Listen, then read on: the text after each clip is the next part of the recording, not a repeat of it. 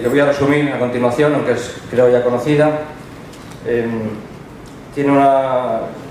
Lo primero que se hace es una sistematización de la materia. La serie reza informes sobre derechos humanos, entonces focalizamos la materia en los derechos humanos, hacemos una sistemática de las cuestiones más relevantes que aplicamos a los distintos capítulos, que son los siguientes. En primer lugar, damos un panorama internacional, universal, regional latinoamericano, regional europeo. Luego un panorama nacional, basándonos sobre todo en el derecho, no solamente en el derecho, también en lo que el derecho no dice, también en si el derecho se cumple o no se cumple. Y a continuación, tercer capítulo, la actuación de las defensorías en relación con ese marco jurídico y con sus omisiones también. Una especie de panorama crítico de las vulneraciones del derecho y cómo las defensorías han actuado para corregirlas. Y finalmente unas recomendaciones que sintetizan lo realizado por las defensorías en la materia. Bien, como el informe es largo, obviamente son más de 700 páginas, he traído aquí un resumen ejecutivo que he distribuido a los miembros de esta asamblea y que en todo caso quedará a disposición de todos ustedes después. Voy a centrarme en estos breves minutos de exposición en la cuestión me parece más interesante, relevante para nosotros, de la actuación de las defensorías en la materia, que hemos sistematizado en 5 grandes áreas: el marco jurídico general, el servicio público ambiental, la protección de la naturaleza, la lucha contra la contaminación y las garantías del derecho al ambiente. Bien, en primer lugar, en cuanto al marco jurídico general, las defensorías del pueblo han contribuido a perfeccionar el marco de protección del medio ambiente y a garantizarlo, han exhortado a sus respectivos estados a perfeccionar el marco, a adoptar medidas oportunas contra el cambio climático, a favor de un desarrollo ambientalmente sostenible. Se han preocupado por la legalidad y la seguridad jurídica a la hora de garantizar el disfrute del derecho al ambiente. Son frecuentes sus opiniones y recomendaciones en el proceso de elaboración de leyes ambientales: Argentina, Ecuador, El Salvador, Panamá, Perú, Portugal, Venezuela, y en el desarrollo de planes y políticas ambientales, descendiendo el plano concreto con propuestas específicas de armonización de la normativa, Honduras, Portugal, o incluso planteando un modelo alternativo, como el caso de Venezuela. En relación con la calidad del agua, se constatan propuestas legislativas concretas en Argentina e incluso promoción de la reforma constitucional, el caso de El Salvador. Ante los tribunales se han promovido acciones de inconstitucionalidad en México, realizando el seguimiento de las sentencias de constitucionalidad en Ecuador de los tribunales del propio país, incluso ante la Comisión Interamericana, para exponer el peligro que representan los proyectos mineros para los recursos hídricos, caso de El Salvador, o incluso también ante el Consejo de Derechos Humanos de Naciones Unidas, con ocasión del examen periódico universal al informar sobre el derecho al ambiente en el caso de México.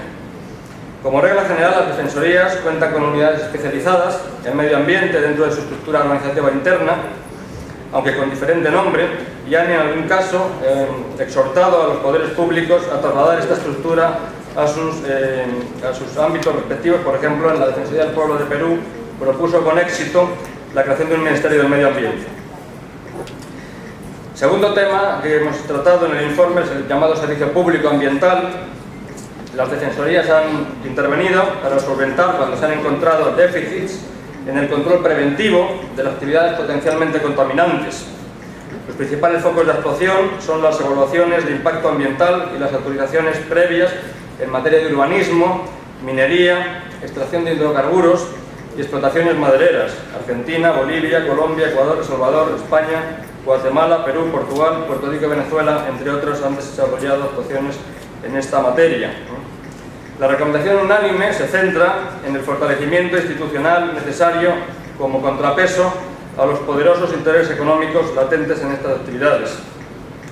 También se interviene en la gestión de riesgos y emergencias como factor de lucha contra la degradación ambiental: El Salvador, Costa Rica, Venezuela, Puerto Rico. El tercer tema es la protección de la naturaleza. Las defensorías de la FIO han manifestado su preocupación por la protección de la naturaleza y se han ocupado de vigilar que la Administración preserve el patrimonio natural, recomendando la adopción de medidas contra los daños a zonas forestales, bosques, espacios naturales, parques naturales, zonas del litoral y flora. Destacar, por ejemplo, por el alto valor ecológico de la zona, el informe defensorial número 151 de Perú, la política forestal y la Amazonía peruana, avances y obstáculos en el camino hacia la sostenibilidad y por su éxito inmediato, la actuación del Ombudsman de Portugal, logrando que se modificara el trazado de una carretera regional por razones ambientales. En la misma línea se sitúan otras tantas actuaciones, por ejemplo en defensa de manglares y humedales en El Salvador y Costa Rica, o de preservación de la costa frente a la presión inmobiliaria que en España preocupa enormemente a los ciudadanos. En relación con la biodiversidad, las actuaciones defensoriales se sitúan en la zona de tensión entre el modelo de desarrollo económico y la protección de la naturaleza.